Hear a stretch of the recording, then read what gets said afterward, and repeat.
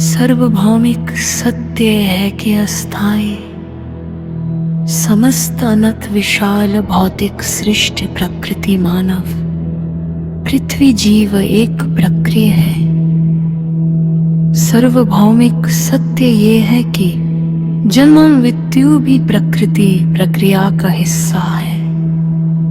सर्वभौमिक सत्य ये है कि लंबे समय से घटित प्रक्रिया एक समय बाद संतुलित हो जाती है, जिसे प्रकृति कहते हैं। सर्वभौमिक सत्य ये है कि मानव प्रजाति को मस्तक और हृदय के तंत्र को संतुलित रखकर ही जीना चाहिए।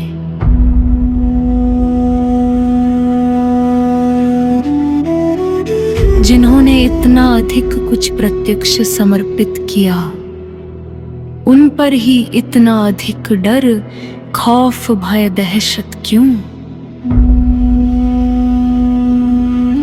जिन्होंने सब कुछ प्रत्यक्ष समर्पित किया अपना, उनके साथ ही विश्वासघात क्यों? मुक्ति के नाम पर लूटने को परमार्थ कहते हैं क्या? मृत्यु खुद में ही शाश्वत वास्तविक स्वाभाविक सत्य है, तो मृत्यु का डर, खौफ, भय, दहशत क्यों?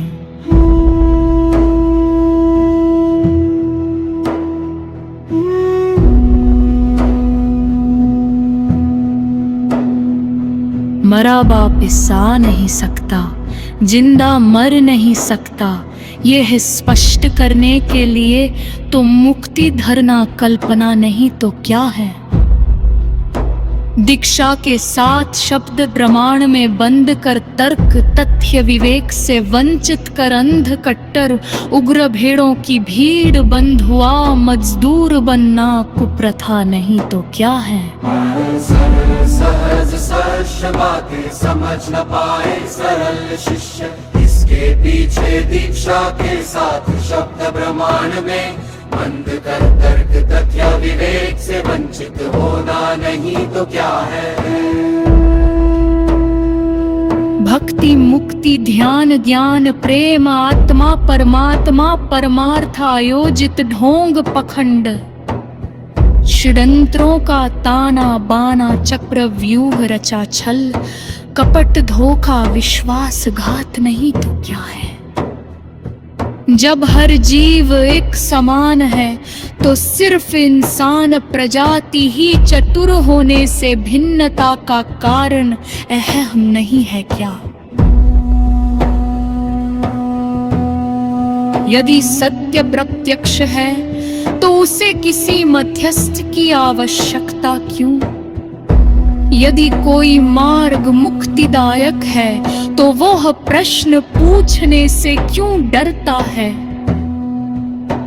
क्या श्रद्धा का अर्थ तर्क का त्याग है? क्या प्रेम भय के वातावरण में संभव है? यदि समर्पण स्वैच्छिक है तो उसमें डर और निष्कासन की व्यवस्था क्यों? क्या आध्यात्मिकता पारदर्शिता से बच सकती है? क्या सत्य को प्रमाण पत्र पदवी या साम्राज्य की आवश्यकता होती है? यदि किसी संगठन का विस्तार धन और संख्या से मापा जाता है तो आंतरिक रूपांतरण कहाँ मापा जाता है? क्या अनुशासन और नियंत्रण एक ही चीज है?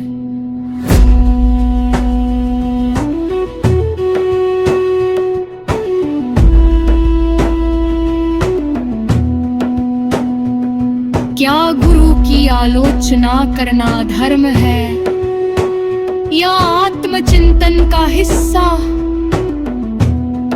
यदि कोई मार्ग स्वतंत्रता देता है तो व्यक्ति उस मार्ग को छोड़ने में स्वतंत्र क्यों नहीं? यदि मृत के प्राकृतिक संतुलन है तो उससे जुड़ा भय किसने रचा? क्या मुक्ति भविष्य की घटना है या वर्तमान की चेतना? क्या किसी ने मृत्यु के बाद की अवस्था को प्रत्यक्ष प्रमाण सहित साझा किया है? क्या मुक्ति का आश्वासन मनोवैज्ञानिक सांत्वना भर है? क्या मृत्यु से डर कर जीना जीवन का अपमान नहीं? यदि जीवन 2 पलों का है तो वर्तमान का परित्याग क्यों? क्या दीक्षा का अर्थ विचार निरोध है? क्या शब्द प्रमाण विवेक से ऊपर हो सकता है? क्या प्रश्न पूछना विद्रोह है? क्या किसी ग्रंथ की व्याख्या पर एकाधिकार संभव है? क्या गुरु भी आत्मनिरीक्षण से परे है? यदि तर्क बंद हो जाए तो विश्वास क्या अंधता नहीं बन जाता? क्या भय आधारित अनुशासन स्थायी है? यदि हर जीव समान प्रक्रिया का भाग है तो मनुष्य श्रेष्ठता का दावा क्यों करता है?